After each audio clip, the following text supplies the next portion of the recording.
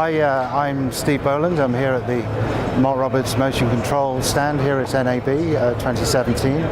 I'll be taking you through some of our new products, our robotic systems and our new control system, MHC. So on display we have our pod system over here, which is an outdoor, fully enclosed robotic camera system with an embedded camera with full functionality. The system has pan, tilt and roll capabilities. And this way we have our heavy duty system for heavier broadcast camera payloads. This is the Ulti-Head. We also have the Whisper head in the middle here, which is a lightweight, very silent and very quick pan and tilt system, ideal for auditoriums, indoor studios, places where you need quiet operation.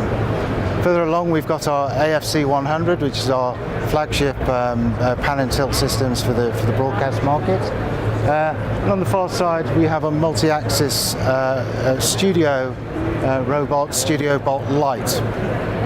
I'll be taking you through the various control systems that we have for these robots and the changes that we've brought to NAB this year. I'll take you through the control system that we brought to NAB this year. It's a new system for us, and we called it MHC. And the principle behind it, we hear a lot in the industry of a personalization of the end user experience. And we got thinking about the personalization of the acquisition or the camera position user experience. So we wanted to design things that are relevant to the application. So we came up with a concept called Skins. And Skins is a front-end controller that's relevant to the sport, or relevant to the environment, or relevant to the camera position. And it gives the user an intuitive interface that's relevant to that application. So here we have a darts interface. So it's designed specifically for certain camera positions within professional darts. And the key with darts, the camera has to move very, very quickly and very close in on a dartboard from quite far away, so using a very long lens. So this is a touchscreen interface of the dart skin, and as I press the position on the dartboard, the camera moves to the appropriate position, including all of the moves that this camera would need. So this is one of multiple skins for darts, for cameras following the dartboard, or cameras doing the super slow motion coverage. We've created skins for many different specific camera positions within darts. It's always an intuitive user interface. The presets are set up beforehand, and once they're set up, all the operator needs to concentrate on is being as quick as they possibly can to predict where the dart is meant to go for the next move. So that's the dart skin. So that's controlling the Ulti-Head. So that's a typical package on live sports, and particularly Premiership darts and professional darts. That's the kind of package that we provide for that application. So this is our classic MHC skin. So this is the standard skin that would generally come as a generic controller. Again, it's touchscreen, so I can control the camera with a virtual joystick, or I can use an external joystick and interface with a gaming controller, or any type of hardware joystick controller or pan bars. Again, it's all intuitive with presets, controllable presets, and multi-camera control, so we can control up to 12 cameras on there. All of the MHC systems come with very intuitive sliders to adjust the responsiveness of the head, and a full range of more detailed system changes that you can make for whatever the head that you're using. So this system will control any of our systems, whether it's a multi-axis robot to standard pan and tilt or PTZ systems. So this is our Handball system.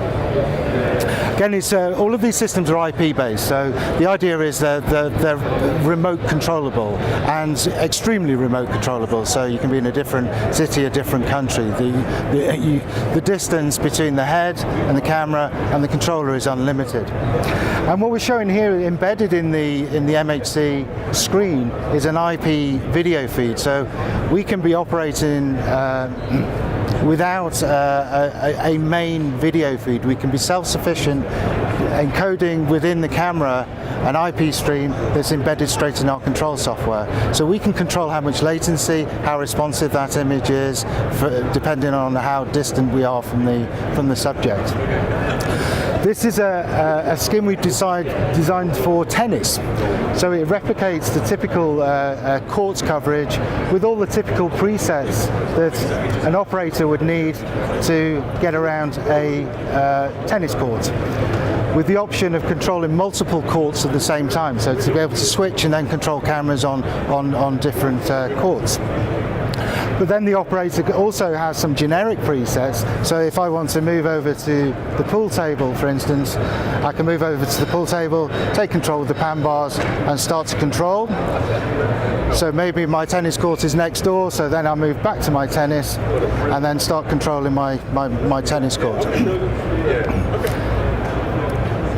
So again, the user can log in to whichever skin that this could be basketball, baseball, whatever it is.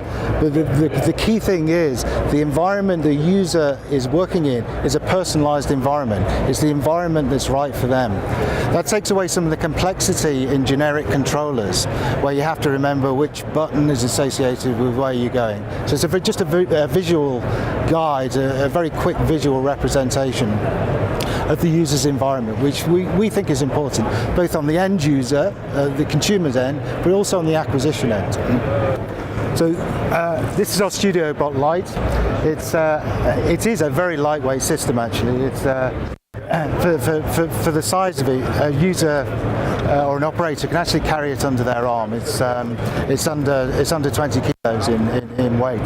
So it's a very, very portable system, but you get a great range of movement from it. It's 6 axes of movement, so you can get all the movement that you could get from a human arm. So that's from curves and straight lifts up and down. So a lot of traditional moves from lift elevation and curve requires multiple systems. So whether it's a curved track or a jib, this creates all of those moves in one system.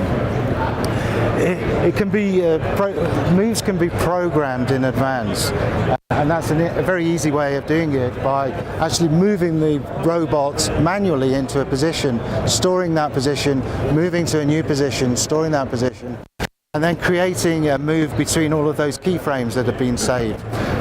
So you get very fluid, very graceful moves. All of our systems also integrate with third-party tracking systems. So if we're getting data from, say, sensors that presenter wears or player tracking systems, optical tracking systems, we take those coordinates and we can automate these systems as well. So we can have real-time tracking of objects and targets and subjects without the use of manual control.